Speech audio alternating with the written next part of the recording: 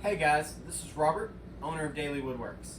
So in our private Facebook group, The Recreational Woodworker, we are doing what's called Workbench Wednesday. So what that means is every Wednesday we encourage all of our members to post a short video of one of the workbenches in their shop, one of the workbenches in their job site trailer if they're a professional carpenter, miter saw station, workstation in your shop. Just giving us an idea, because the more ideas we have together, the more we can all improve our workspaces and make it better. So today I'm going to tell you about my perfectly boring workbench. This is a workbench that I designed because I just wanted something simple, not ultimate, easy, that anybody could make, and then you can mod it out however you want to later. Well, as you can see, it's been modded out and used, abused, and loved. So I'm going to give you a quick overview of that. I do have a set of plans for you to build this yourself, a YouTube video of building it. It's easy enough to build without the plans, but if you want to cut lists, everything like that, I think the plans are like $5, $6. You can pick those up on the recreationalwoodworker.com and build it yourself. It costs about 100 in materials in its base form, and then you can upgrade it from there. So the top is a 3-foot by 6-foot piece of plywood.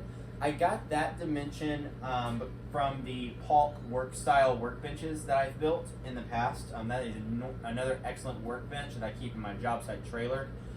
In here though, it just didn't suit how I wanted to work. So I basically used that same footprint to build this. I like it because it can reach across easy. It's wide enough to support a 4x8 sheet of plywood. If you're breaking it down, you can break it down on this successfully. You can see I've just drilled dog holes all the way through this. I want to buy one of those precision router jigs to do the 20mm holes all on perfectly square to each other. This is just 3/4 with the drill, mainly so I can get these clamps in. These are my favorite clamps. They are the Micro Jig Match Fit Dovetail clamps. They are pricey at about $45 a pair, but I absolutely love them. I use them with tons of jigs. They're super well made, they're super durable. I've used the heck out of them and they have never failed, which I cannot say about any other clamp I've tried. But hold down right there, do what I want, have them stored right there. Got some bench dogs made, again 3/4 dowel, just all homemade stuff, right? That goes, creates a stop block from a workpiece, all easy in there. So that's the top. For the casters, I use these guys. I think I got them from Rockler or Amazon. I think they're the same either place. It might just be branded different. So whenever they're up, your workbench sits on the ground, and that's just a 4x4 post. And then you can do that. It raises it up about 1/2 inch so you can roll it around your shop. They're not the biggest casters, but whenever it's on the ground, it's on the ground and it's rock solid, and you don't have that rock that you sometimes get with casters. I've drilled holes here, that way if I need to clamp something on the side, like an end vise, well, that's the storage hole. I had to do that because they would vibrate out when we were sanding. If I need to clamp something like an end vise, I can do that, clamp it in place with a couple of clamps, and then I also just have it where I could clamp like that if I need to. So kind of not a makeshift end vise, not a true end vise. Store my clamps and dog holes there. You can see I've got a very elegant electrical system rigged up. Basically, extension cord coming into a power strip. My vacuum is just a $40 shop vac I got on Black Friday. It's a rigid one. Good enough for my purposes. I've got an auto switch right here. You can see that we finish in the shop. Sometimes stuff gets overspray on it.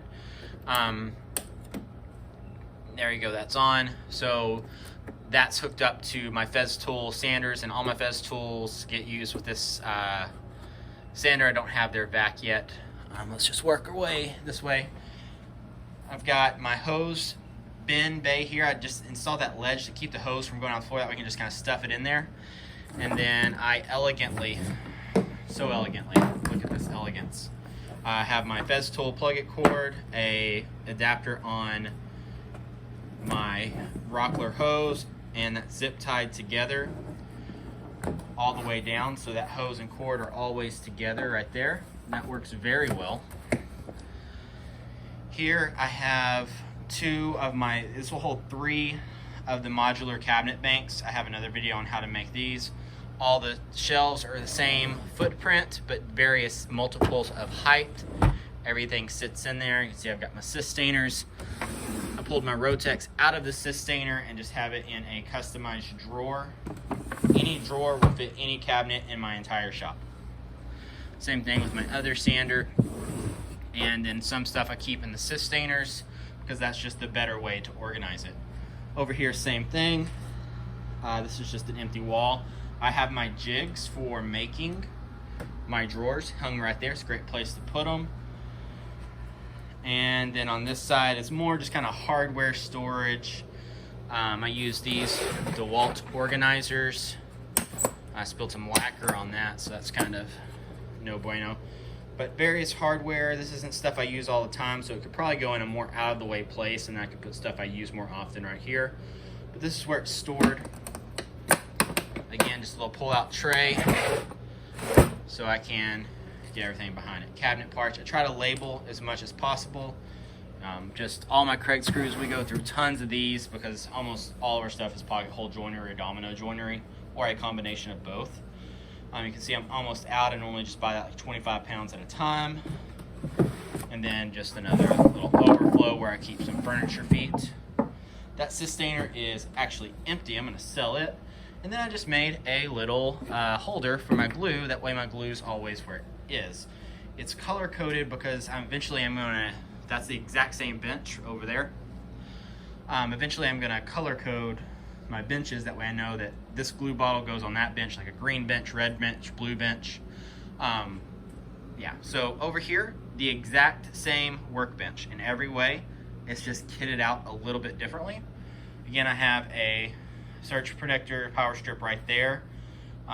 Dust collection goes in. I have wheels on this, but I never move this workbench, so I really need to take the casters off and use them somewhere else a little bit better.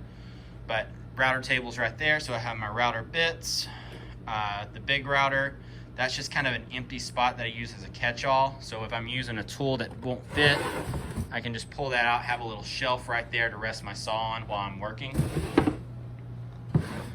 You know, Craig tools and jigs, and that's just kitted out like that. What I did differently on this guy is on this side, you can see, use 1/2 back. Don't use hardboard scrap that you have, even though it's scrap and it's free.